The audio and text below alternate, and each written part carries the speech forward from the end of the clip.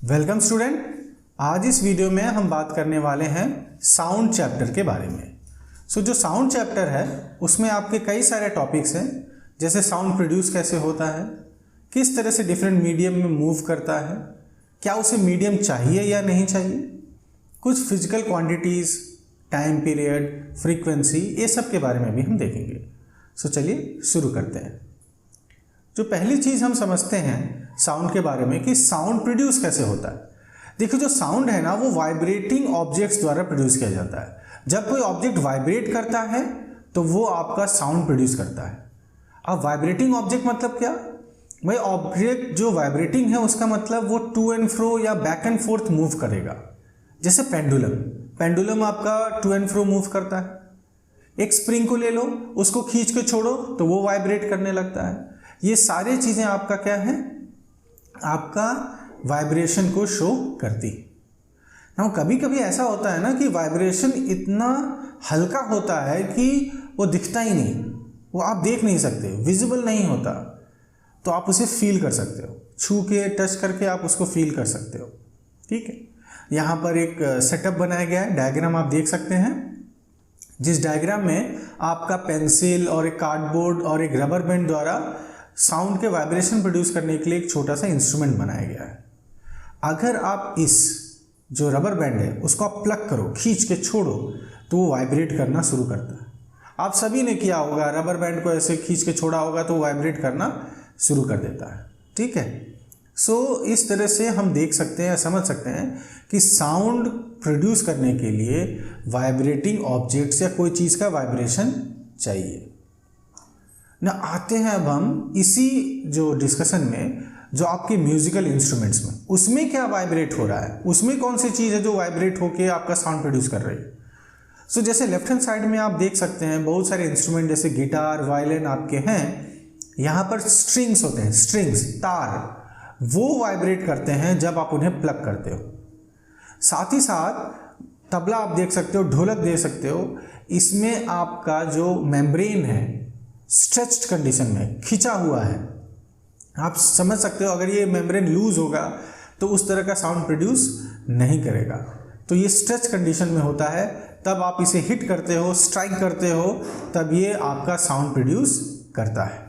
ठीक है, और भी आपके तरीके हैं साउंड प्रोड्यूस करने का। जैसे आपका यहाँ पर लेफ्ट हैंड साइड में आप देखिए तो एक व्यक्ति है जो आपका कटोरे या ऐसे कंटेनर्स में पानी रखा हुआ है, उसको हिट कर रहा है। ये जो इंस्ट्रूमेंट है ये जल तरंग कहलाता है। जल तरंग में क्या होता है, आपका पानी रखा है, पानी अलग अलग मात्रा में कटोरों में रखा हुआ है, तो उससे अलग अलग तरह की फ्रीक्वेंसी और अलग अलग तरह का साउंड प्रोड्यूस होता है। साथ ही साथ राइट हैंड साइड में जो डायग्राम है उसमें आप देख सकते हैं एक मटका है, उसको बजा रहे हैं, जिस आपको एक म्यूजिकल इंस्ट्रूमेंट है ये, और इसको भी आप बजाने से इसमें जो मटेरियल है, जो क्ले से ये बना है, जो हार्ड हो गया है, उसके वाइब्रेशन से आवाज़ें निकलती हैं। अलग अलग तरीके हैं जिससे आपका जो चीज़ वाइब्रेट करती है और साउंड प्रोड्यूस होता है। बांसुरी में क्या होता है, बांसुरी में जो हवा है अंदर का एयर कॉलम, वो वाइब्रेट करता है और साउंड प्रोड्यूस होता है। तो साउंड तो प्रोड्यूस होता है वाइब्रेटिंग ऑब्जेक्ट से, पर अलग अलग जगह पर अलग अलग चीज़ें वाइब्रेट करती हैं ना। अब हम देखते हैं कि हमारे शरीर में क्या होता है। हम जो बोल रहे हैं, जैसे मैं बोल रहा हूँ, आप सुन पा रहे हो, ये कैसे हो रहा है, मेरी आवाज़ जो है वो साउंड के रूप में कैसे बाहर निकल रही है। तो वो होता है हमारा जो आपका एक वॉइस बॉक्स है, जिसको हम लैरिंग्स कहते हैं। वहाँ पर आपके दो वोकल कॉर्ड्स हैं। आप देख सकते हैं इस डायग्राम में दो वाइट कलर के आपके कॉर्ड्स नज़र आ रहे हैं। इन कॉर्ड्स के बीच में से जब आपकी हवा पास होती है, जैसे हम बोलना चाहते हैं, तो आपका उस तरह से हमारा सिस्टम काम करता है कि हवा हमारे लंग से निकल के इनसे पास होती है। जब इनसे पास होगी तो आपका साउंड प्रोड्यूस होता है। आप इसको एक्सपेरिमेंट द्वारा भी कर सकते हैं। दो आप पेपर ले लीजिए, दोनों पेपर को क्लोज रखिए और बीच में फिर फूकिए। ठीक है, दो पेपर को क्लोज रखे आप फूकिए, तो आपको बीच में से दोनों जो पेपर्स हैं वो वाइब्रेट करते हुए नजर आएंगे। तो ऐसा ही कुछ हमारे वोकल कॉर्ड्स के साथ भी होता है। और इन्हीं के वाइब्रेशन से आवाज निकलती है, जो आवाज इस समय आप सुन पा रहे हैं। ठीक है। Next very important point regarding sound. Sound को मीडियम चाहिए ट्रैवल करने के लिए। एक क्लास हो रहा है, टीचर पढ़ा रहा है, स्टूडेंट सुन पा रहे हैं। कैसे सुन पा रहे हैं? बीच में हवा एक मीडियम है जिसके द्वारा वो सुन पा रहे हैं। हवा द्वारा साउंड वेव्स आपका टीचर से आगे बढ़ते बढ़ते स्टूडेंट तक चले जाते हैं। ओके। नाउ आपका एक सेटअप यहाँ एक तैयार किया गया है जिसमें आप देख सकते हैं एक ग्लास जार है, एक आपका स्विच दिया हुआ है जो कि अंदर में एक इलेक्ट्रॉनिक बेल है, उसका स्विच है। नीचे में एक वैक्यूम पंप है, जो पंप आपका हवा को बाहर निकालने के लिए है, अंदर में वैक्यूम क्रिएट करने के लिए। ये सेटअप इसलिए बनाया हुआ है, ये चेक करने के लिए कि अगर हवा निकाल दी जाए तो क्या हमें आवाज सुनाई देगी। तो पहले हम हवा रहने देते हैं, स्विच ऑन करते हैं, बेल की आवाज हमें सुनाई देगी। फिर हम नेक्स्ट टाइम क्या करेंगे, हमने सारा हवा वैक्यूम पंप से निकाल दिया, अंदर में वैक्यूम क्रिएट कर दिया, और तब हम स्विच ऑन करते हैं, हमें कुछ सुनाई नहीं देगा। क्यों नहीं सुनाई देगा? क्योंकि चीजें तो वाइब्रेट हो रही हैं, आपका बेल वाइब्रेट कर रहा है, फिर भी सुनाई नहीं दे रहा क्योंकि बीच का मीडियम गायब है, हवा है ही नहीं अंदर। तो मीडियम जो साउंड के वेव्स हैं वो ट्रैवल कैसे करेंगे? उनको मीडियम चाहिए।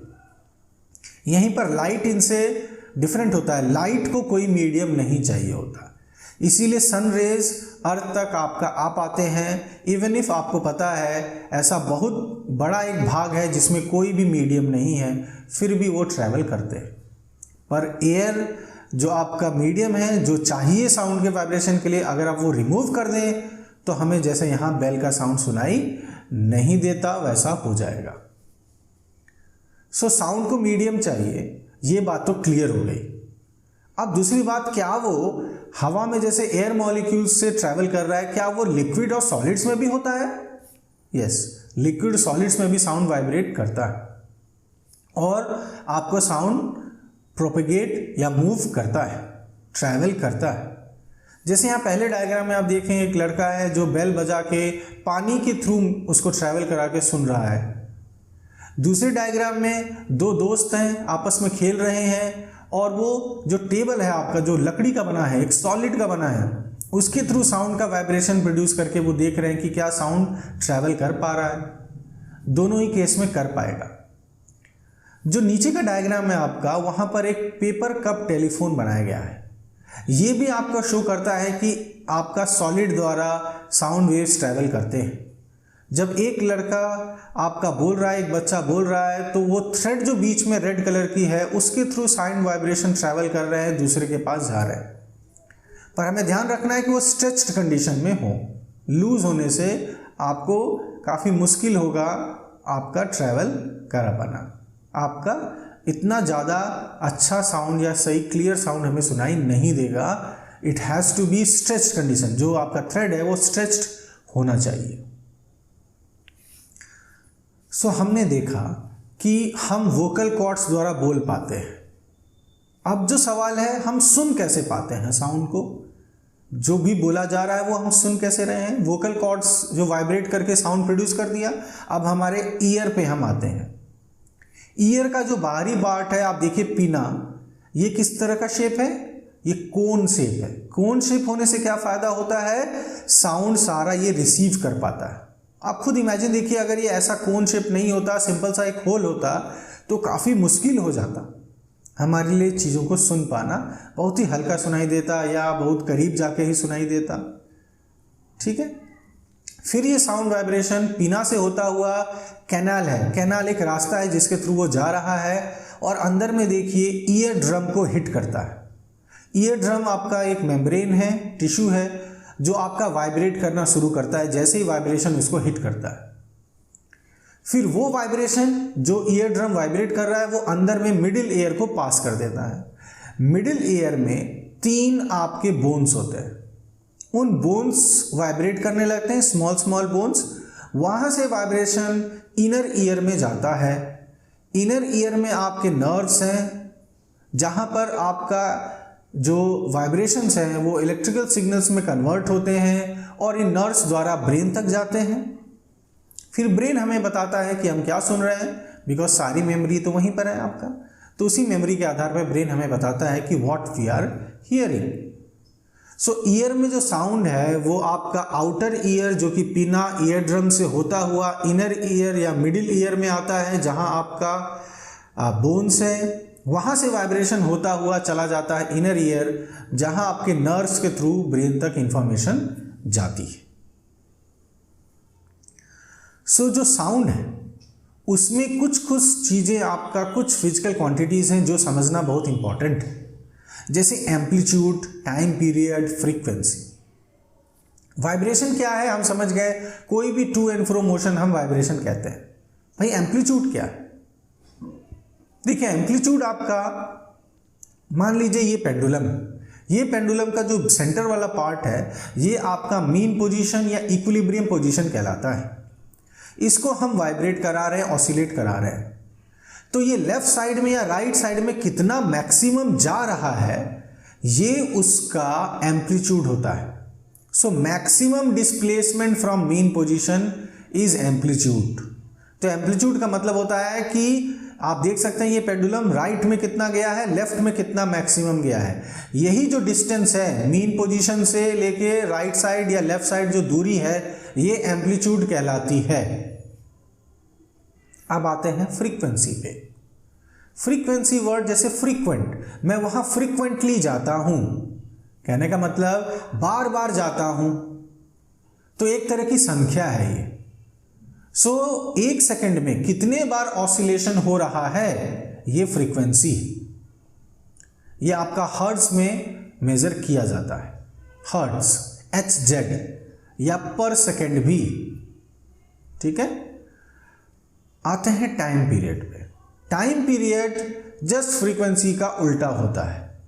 फ्रीक्वेंसी है एक सेकंड में कितने बार ऑसिलेट किया, टाइम पीरियड है एक सेकंड में ऑसिलेट करने के लिए या आपका एक बार ऑसिलेट करने के लिए कितना समय लगा, यह आपका टाइम पीरियड होता है। इसीलिए time period is equal to 1 by frequency, ठीक है। इंपॉर्टेंट रिलेशन है, याद रखेंगे। Time period is equal to 1 by frequency, ये अपोजिट होते हैं। फ्रीक्वेंसी का यूनिट हर्ट्ज है, टाइम पीरियड का यूनिट है आपका सेकंड। सेकंड में मेजर किया जाता है। नाउ अब हम दो और फिजिकल क्वांटिटी देखते हैं जो आपका इन्हीं फिजिकल क्वांटिटीज पर डिपेंड करता है। पहला है लाउडनेस। लाउडनेस जो है आपका वो एम्पलीट्यूड पे मेजर करता है, डिपेंड करता है। जितना ज्यादा एम्पलीट्यूड होगा उतना ही ज्यादा लाउड साउंड होगा, और यूनिट है लाउडनेस का डेसिबल, dB, उसका शॉर्ट में आपका सिंबल इस्तेमाल होता है। So if amplitude is large, sound loud है। ज्यादा एम्पलीट्यूड, ज्यादा लेफ्ट और राइट में मूवमेंट हुआ, मतलब ज्यादा लाउड है। अगर एम्पलीट्यूड कम है तो वो आपको फीबल साउंड कहलाएगा। आपको कुछ अपने जस्ट दोस्त को बात बोलनी है तो आप कान में जाके धीरे से बोलते हैं, विस्पर करते हैं, दैट इज फीबल साउंड। वहां एम्पलीट्यूड कम है तो लाउडनेस भी कम है। जो दूसरी फिजिकल क्वांटिटी है वो है पिच। पिच आपका फ्रीक्वेंसी पे या शिलनेस पे डिपेंड करता है। आप एक छोटे बच्चे की आवाज सुनिए, एक आदमी की आवाज सुनिए, एक औरत की आवाज सुनिए, आपको डिफरेंस नजर आएगा। एक ड्रम के बजने में, एक विसल के बजने में आपको डिफरेंस नजर आएगा। यही डिफरेंस आपका फ्रीक्वेंसी का है या पिच का है। जहां फ्रीक्वेंसी ज्यादा होगी पिच ज्यादा होगा। सो एक छोटे से बच्चा या एक औरत की आवाज में हाई पिच होता है, हाई फ्रीक्वेंसी होती है। एक सीटी की आवाज में हाई पिच होता है, हाई फ्रीक्वेंसी होती है। एक ड्रम बाजा, तबला, ढोलक, आदमी की आवाज, लड़के की आवाज, ये सब low pitch, low frequency sound है। जैसे यहां एक क्वेश्चन के फॉर्म में मैंने बताया है, ए बर्ड मेक्स किस तरह का साउंड। बर्ड की आवाज और लायन की आवाज में क्या अंतर है? बर्ड की आवाज आपकी हाई पिच है और लायन की आवाज लो पिच है। देखिए लायन भले लाउड हो, आप लायन की आवाज़ और बर्ड की आवाज़ आपस में एक साथ कंपेयर करें तो जाहिर सी बात है लायन के रोर जो है वो बहुत लाउड होगा, पर उसकी पिच या फ्रीक्वेंसी कम होगी। और बर्ड की आवाज़ भले फीबल हो, हल्की हो, पर फ्रीक्वेंसी ज़्यादा होगी। ऑडिबल एंड इनऑडिबल साउंड, हमारा जो ईयर है, हमारे जो कान है, वो 20 से 20,000 हर्ट्ज तक के साउंड को ही सुन सकते हैं। सो हमारे जो कान है वो 20 से 20,000 हर्ट्ज तक के ही साउंड को इक्विप्ड है सुनने के लिए। 20 से नीचे नहीं सुन पाएंगे, 20,000 से ऊपर नहीं सुन पाएंगे। ये जो 20 से नीचे का साउंड है ये आपका इंफ्रासोनिक साउंड कहलाता है, और 20,000 से जो अपर साउंड है वो अल्ट्रासोनिक साउंड कहलाता है या अल्ट्रासाउंड कहलाता है ना। इस अल्ट्रासाउंड के बहुत सारे एप्लीकेशन हैं आपका, हमारे लिए भी और एनिमल किंगडम में भी। ये डॉग्स और बैट्स इस साउंड को सुन सकते हैं। बैट्स इस साउंड से लेके अपना रास्ता ढूंढते हैं, अपने खाना ढूंढते हैं, सब कुछ काम इस अल्ट्रासोनिक साउंड द्वारा वो करते हैं। वो उड़ रहे हैं, मान लो अंधेरा है, कहीं कुछ दिखाई नहीं दे रहा, फिर भी बैट्स आराम से उड़ते हैं, अपना खाना ढूंढते हैं इस अंधेरे में। कैसे? वो क्या करते हैं, वो अल्ट्रासोनिक साउंड या अल्ट्रासाउंड प्रोड्यूस करते हैं, कॉन्टिन्यूसली प्रोड्यूस करते रहते हैं। ये नहीं कि एक बार प्रोड्यूस किया, कॉन्टिन्यूसली प्रोड्यूस करते रहते हैं। और फिर ये साउंड आपका उन ऑब्स्टिकल से या उनके खाने जैसे इंसेक्ट से टकरा के वापस आता है। जब वो टकरा के वापस आता है तो उसी से वो समझ जाते हैं कि ये चीज़ कहाँ पर है। उन नेचर ने उनको ऐसा इक्विप्ड किया है कि वो समझ जाते हैं कि ये हमारे वो सामने पेड़ है या सामने ये है, हाँ वो वहाँ पर इंसेक्ट्स हैं, इतनी दूर पर हैं। वो सारा कैलकुलेशन उनका शरीर कर सकता है। वो उड़ते उड़ते ही आपका समझ सकते हैं कि कौन किस डायरेक्शन में क्या चीज़ें हैं, बाय प्रोड्यूसिंग अल्ट्रासोनिक साउंड या अल्ट्रासाउंड। कॉन्टिन्यूसली वो प्रोड्यूस करके ऐसा कर पाते हैं। अब बात करते हैं नॉइज एंड म्यूजिक की। देखिए डिफरेंस बहुत ही सिंपल है। जो चीज़ हमें अच्छी लगे वो म्यूजिक है, जो साउंड हमें अच्छा ना लगे, अनप्लीजेंट लगे, वो नॉइज है। म्यूजिक वाला भी नॉइज बन सकता है। घर में आप 4-5 म्यूजिकल इंस्ट्रूमेंट एक साथ बजाना शुरू कर दीजिए, आपका पसंदीदा गाना ही क्यों ना बज रहा हो, आप लगेंगे नहीं ये तो शोर हो रहा है, नॉइज हो रहा है। सो एनी अनप्लीजेंट साउंड वो आपका नॉइज हो जाता है। और प्लीजिंग जो हमें पसंद हो म्यूजिकल इंस्ट्रूमेंट द्वारा, कोई म्यूजिक बज रहा है, गाना बज रहा है, वो हमारे लिए म्यूजिकल साउंड होता है। ठीक है ना। नॉइज, कॉन्टिन्यूसली नॉइज जो प्रोड्यूस होता है ये एक नॉइज पोल्यूशन क्रिएट करता है, जो कि अच्छी बात नहीं।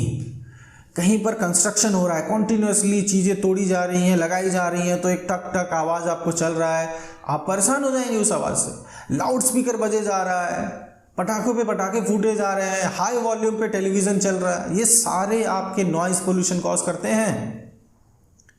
व्हीकल्स, चाहे आपका रोड के पास में अगर घर है तो व्हीकल्स कॉन्टिन्यूसली हॉर्न बजाए जा रहे हैं, हॉर्न बजाए जा रहे हैं, आप परेशान हो जाएंगे, आप कॉन्सेंट्रेट नहीं कर पाएंगे। बहुत सारा प्रॉब्लम कॉज करता है नॉइज पोल्यूशन। आप ठीक से सो नहीं सकते, हाई ब्लड प्रेशर हो जाएगा, एंग्जाइटी हो जाएगी, एंग्सियस हो जाएंगे, आपको समझ नहीं आएगा क्या करूं, कैसे कॉन्सेंट्रेट करूं। तो ये सारे प्रॉब्लम आपको आता है ड्यू टू नॉइज पोल्यूशन। अगर कॉन्टिन्यूसली आप ऐसे इन्वायरमेंट में रहे तो टेम्पररी या परमानेंट हियरिंग लॉस भी हो सकता है। आपको दवाइयां लेनी पड़ सकती हैं, आपको सुनने की शक्ति आपकी कम होती चली जा सकती है, अगर कॉन्टिन्यूसली आप एक ऐसे इन्वायरमेंट में रहे जहां बहुत ज़्यादा नॉइज प्रोड्यूस होता है। ठीक है। सो इन सब को हमें अवॉइड करना चाहिए और हमें नॉइज पोल्यूशन को मिनिमाइज करना चाहिए, लिमिट करना चाहिए। हमें ऐसा करना चाहिए कि जो इंडस्ट्रीज़ हैं, फैक्ट्रीज़ हैं, जहाँ से नॉइज़ निकलने के चॉइसेस ज़्यादा हैं, चांसेस ज़्यादा हैं, वो रेसिडेंशियल एरिया से दूर बनाए जाएं। हॉर्न्स को कम से कम यूज़ किया जाए। आप भी ट्रैवल करते होंगे, आपको लगता होगा कोई ऐसे ही हॉर्न बजाया जा रहा है, बिना मतलब का हॉर्न बजाया जा रहा है, रास्ता खाली है फिर भी हॉर्न बज रहा है, या रास्ता फुल्ली ब्लॉक है फिर भी हॉर्न बज रहा है। ठीक है। सो ये हमें नहीं करना चाहिए। म्यूजिकल इंस्ट्रूमेंट्स को लो वॉल्यूम पे सुनना चाहिए, हाई वॉल्यूम पे नहीं सुनना चाहिए। ज़्यादा से ज़्यादा प्लांट या ट्रीज लगाने चाहिए, क्योंकि ये साउंड को एब्जॉर्ब करते हैं, एक तरह से कट ऑफ कर देते हैं हम तक आने में, तो कम आपका नॉइज होता है या साउंड कम हो जाता है। सो ये सारे चीज़ें हमें करनी चाहिए सो दैट नॉइज पोल्यूशन को लिमिट किया जा सके। हाई वॉल्यूम पे साउंड नहीं सुनना चाहिए। आप भले एंजॉय कर रहे हो, आसपास के लोगों के लिए वो नॉइज हो जाएगा, आपके लिए भले वो लग रहा हो कि मुझे बहुत अच्छा लग रहा है, पर दूसरे के लिए वो प्रॉब्लम हो सकता है। So we should avoid all this. ठीक है। सो आज की वीडियो में हमने साउंड के बारे में काफ़ी चीज़ें देखी कि वो किस तरह से प्रोड्यूस होता है, कैसे कैसे डिफरेंट मीडियम में ट्रैवल करता है आपका, उसको मीडियम चाहिए नहीं चाहिए ये भी हमें पता चला। साथ ही साथ एम्पलीट्यूड, टाइम पीरियड, पिच, ये सब क्या है ये हमने देखा। सो आज की वीडियो में इतना ही। अगले वीडियो में मैं एक नए चैप्टर के साथ फिर से आपके साथ जुड़ूंगा। तब तक के लिए थैंक यू वेरी मच।